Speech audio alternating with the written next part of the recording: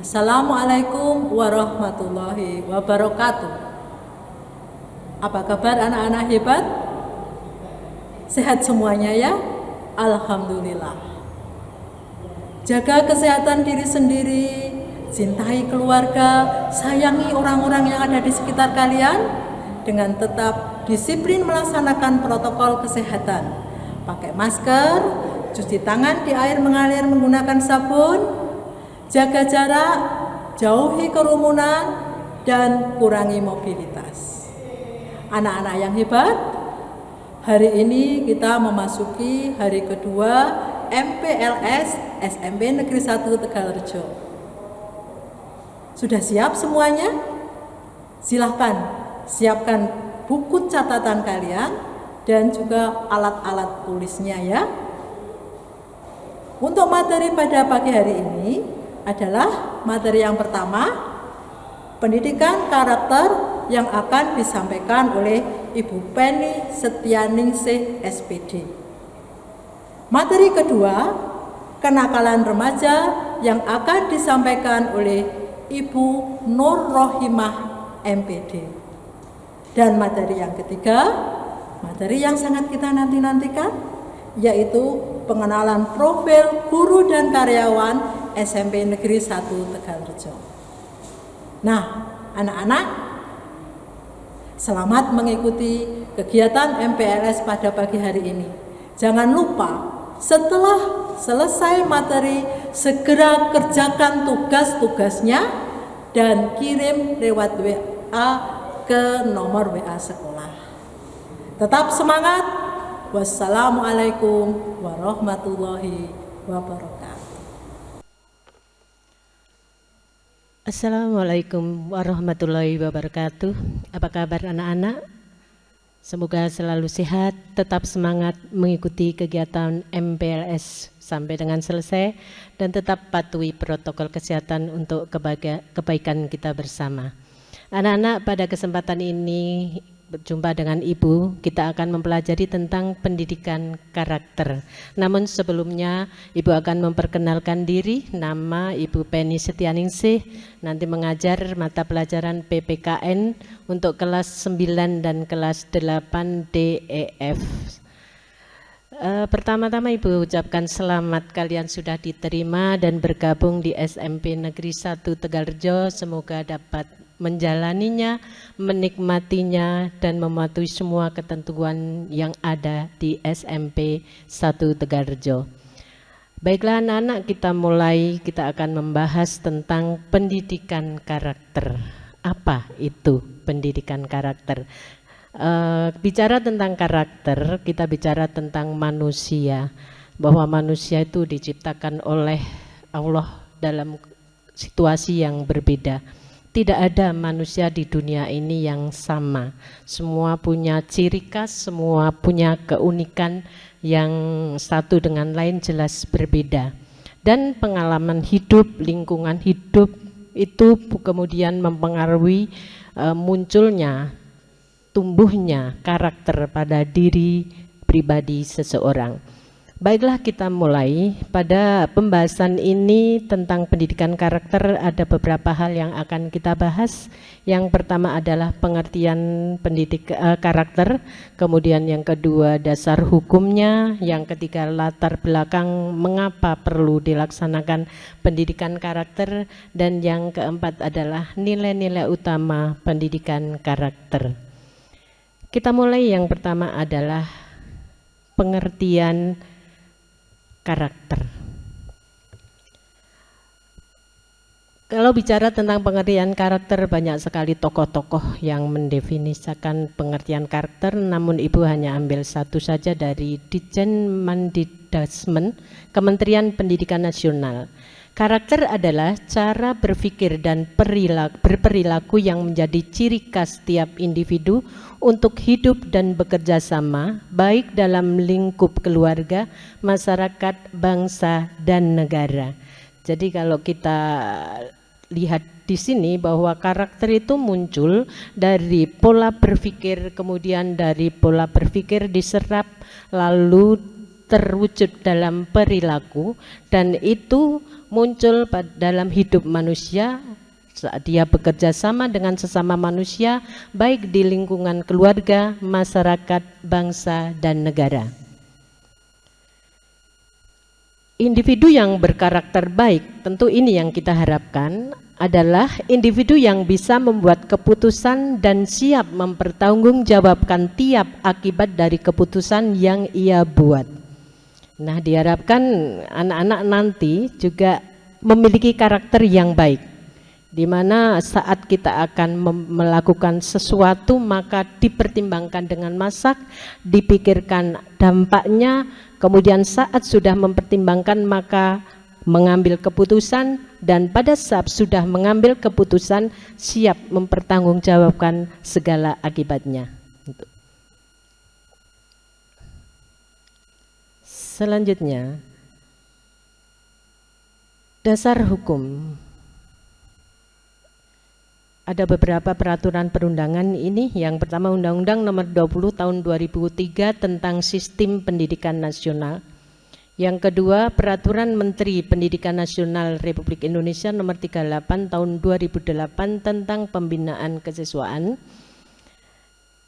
Yang ketiga, Permendikbud Nomor 18 Tahun 2016 tentang masa pengenalan lingkungan sekolah bagi siswa baru.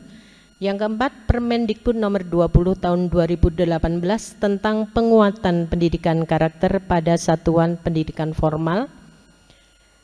Yang kelima, Peraturan Presiden Nomor 87 Tahun 2017 tentang penguatan pendidikan karakter. Itulah dasar hukumnya.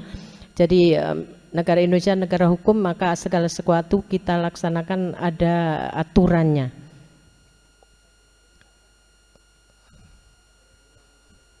Nah, latar belakang pendidikan karakter, mengapa perlu dicanangkan atau dilaksanakan pendidikan karakter terutama bagi generasi muda? Ada beberapa alasan. Yang pertama, bangsa yang besar adalah bangsa yang memiliki karakter kuat, kompetensi yang tinggi, kolaborasi, dan memiliki daya saing yang kuat sehingga mampu menjawab tantangan era abad 21. Ini negara kita dalam era abad 21 ini kita sudah memasuki era yang persaingan yang luar biasa, maka dituntut kemampuan, dituntut kepribadian yang kuat sebagai suatu bangsa agar bisa bersaing dengan bangsa lain. Yang kedua, lembaga pendidikan menjadi sarana strategis bagi pembentukan karakter bangsa, dilaksanakan secara masif dan sistematis melalui program penguatan pendidikan karakter. Ini. Jadi yang kedua ini melalui lembaga pendidikan formal lah, seperti sekolah, ini menjadi media yang sangat tepat untuk mengembangkan pendidikan karakter. Yang ketiga, gerakan penguatan pendidikan karakter menjadi semakin mendesak diprioritaskan karena berbagai persoalan yang mengancam keutuhan dan masa depan bangsa, seperti maraknya tindakan intoleransi dan kekerasan atas nama agama yang mengancam kebinekaan dan keutuhan NKRI. Jadi kita tahu masyarakat Indonesia adalah masyarakat yang beragam dalam berbagai aspek. Ini dituntut untuk kita bisa menjaga keutuhan, bisa mengatasi perbedaan-perbedaan untuk berpikir dalam kerangka sebagai negara kesatuan Republik Indonesia.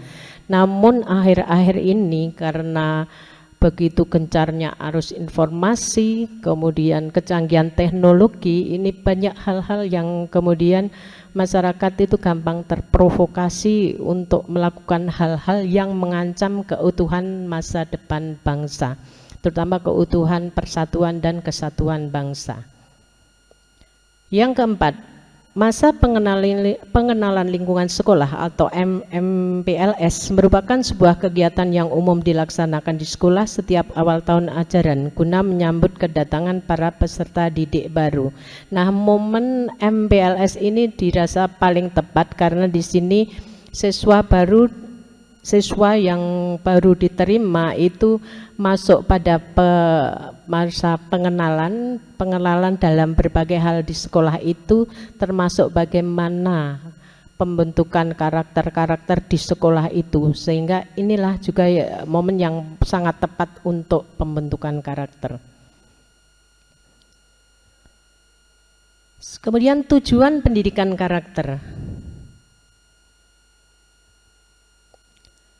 Melalui pendidikan karakter diharapkan peserta didik SMP mampu secara mandiri meningkatkan dan menggunakan pengetahuannya, mengkaji dan menginternalisasi serta mempersonalisasi nilai-nilai karakter dan akhlak mulia sehingga terwujud dalam perilaku sehari-hari.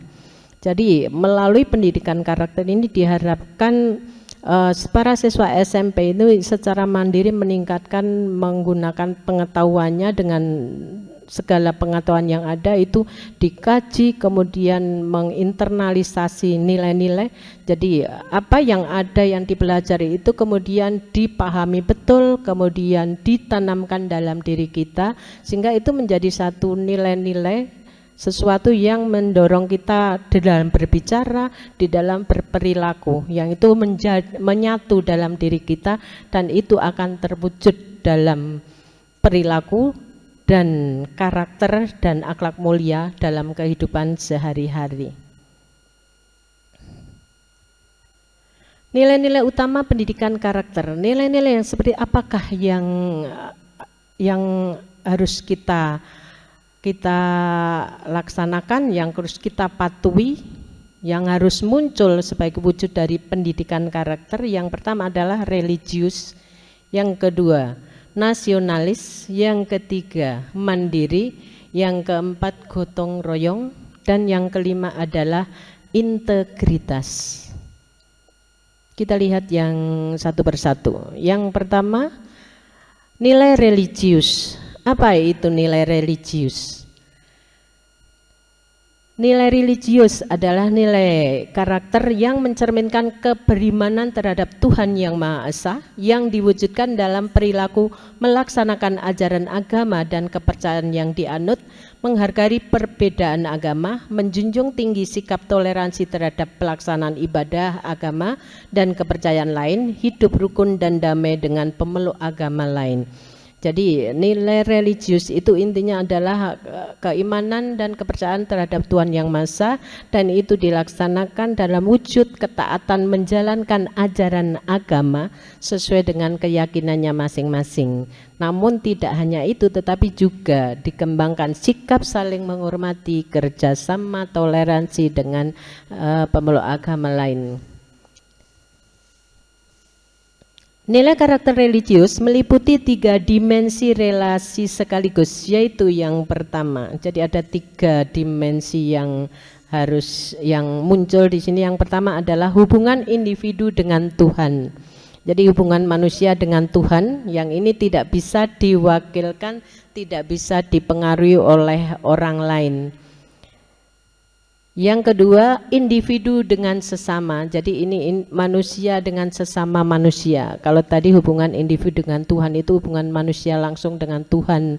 Wujudnya dengan apa? Misalnya saat kita beribadah, kemudian saat kita berdoa, itu hubungan langsung manusia dengan Tuhan, tidak bisa diwakilkan. Yang kedua, individu dengan sesama, dengan siapa ya? Sesama manusia, paling dekat dengan orang tua, kemudian dengan saudara-saudara kita, dengan keluarga kita, dengan tetangga, kemudian kalau kalian masih sekolah ya dengan warga sekolah, bapak ibu guru, teman, karyawan dan sebagainya, kemudian dengan masyarakat sekitar, dan lebih luas lagi dengan seluruh manusia di negara kita dan di dunia. Yang ketiga, individu dengan alam semesta dengan lingkungan. Jadi manusia hidup tidak lepas dari lingkungan, karena lingkungan sangat mendukung kehidupan manusia. Kalau kita tidak bisa menjaga lingkungan, maka bisa terjadi akan imbasnya balik kepada kehidupan kita. Kalau lingkungan rusak, maka kehidupan kita juga akan terancam. Karena itu kita punya kewajiban untuk menjaga alam semesta, lingkungan hidup kita.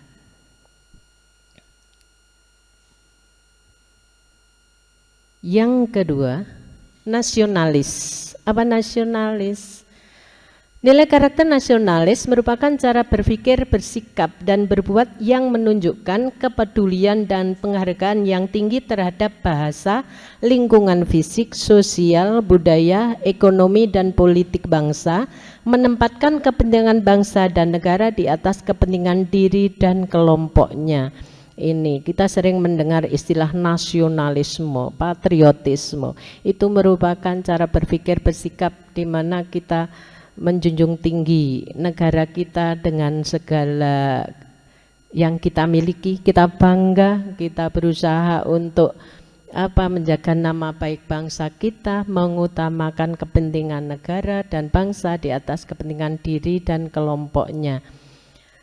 Ada banyak hal yang bisa kita lakukan. Jadi kalau bicara tentang nasionalisme tidak hanya bicara tentang perang, tentang perjuangan fisik saja. Apalagi pada zaman sekarang itu kita bisa berperan begitu banyak terhadap bangsa dan negara kita sesuai dengan kemampuan kita masing-masing.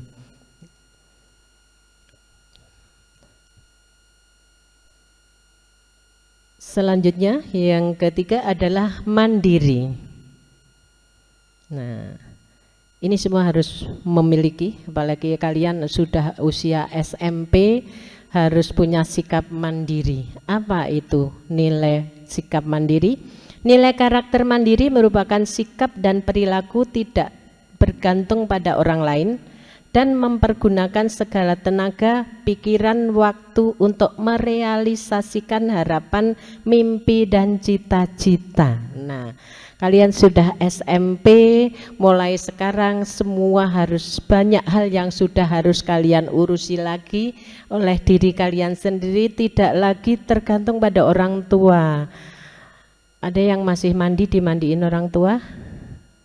Ya, mulai sekarang sudah semua yang menjadi kebutuhan kalian sedikit demi sedikit harus kalian tangani sendiri, jangan tergantung kepada orang tua. Kasihan orang tua pekerjaannya juga banyak. Kemudian dalam banyak hal lain juga, dalam kehidupan sekolah nanti kalian juga harus mandiri. Terutama nanti pembelajaran daring kalian benar-benar dituntut untuk bersikap mandiri, pembelajaran jarak jauh ya. Karena di sini banyak tugas, segala sesuatu kalian benar-benar berhasil tidaknya tergantung dari kemauan dan kerja keras kalian sendiri. Pengalaman yang sudah banyak yang rajin, dia nilainya juga baik, tugas selalu dikerjakan, tapi ada yang mau pembagian nilai rapot aja mesti dipanggil oleh sekolah karena apa? Tidak mengumpulkan tugas, tidak mengikuti pembelajaran. Nah, ini sikap mandiri ini yang belum kalian miliki. Mulai sekarang tanamkan itu. Jangan hanya mengandalkan, tidak diingatkan ibu, tidak dibantu ibu. Jangan seperti itu. Kalian sudah mulai besar, maka mulai sekarang harus mampu mengatasi, harus mampu melakukan sesuatu secara mandiri. Yang keempat, gotong royong. Nilai karakter gotong royong mencerminkan tindakan menghargai semangat kerjasama dan bahu-membahu menyelesaikan persoalan bersama, menjalin komunikasi dan persahabatan, memberi bantuan atau pertolongan pada orang yang membutuhkan. Manusia itu makhluk sosial, kita tidak bisa hidup sendiri tanpa bantuan orang lain. Karena itu harus dikembangkan sikap gotong royong ini. Dengan siapa ya, dengan siapa sajalah gitu. Karena dengan saling kerjasama, saling membantu, bahu-membahu, maka pekerjaan yang berat menjadi ringan. Tapi dalam pengertian kerjasama gotong royong yang positif, jangan yang negatif. Kalau ulangan tidak boleh gotong royong. Selanjutnya sudah. Nah,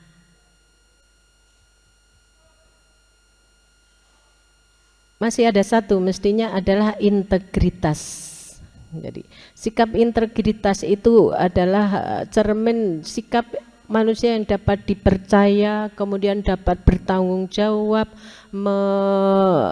mengikuti apa yang sudah menjadi keputusan bersama, punya komitmen untuk kebaikan bersama, itulah integritas.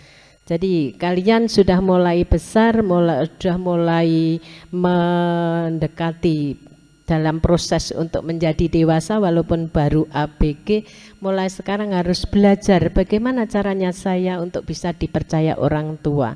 Kalau kemarin kemana-mana diantar orang tua, bahkan masih sekarang, mulai sekarang tunjukkan bahwa kamu sudah bisa dipercaya untuk melakukan hal-hal yang kemarin mungkin masih perlu bantuan orang tua.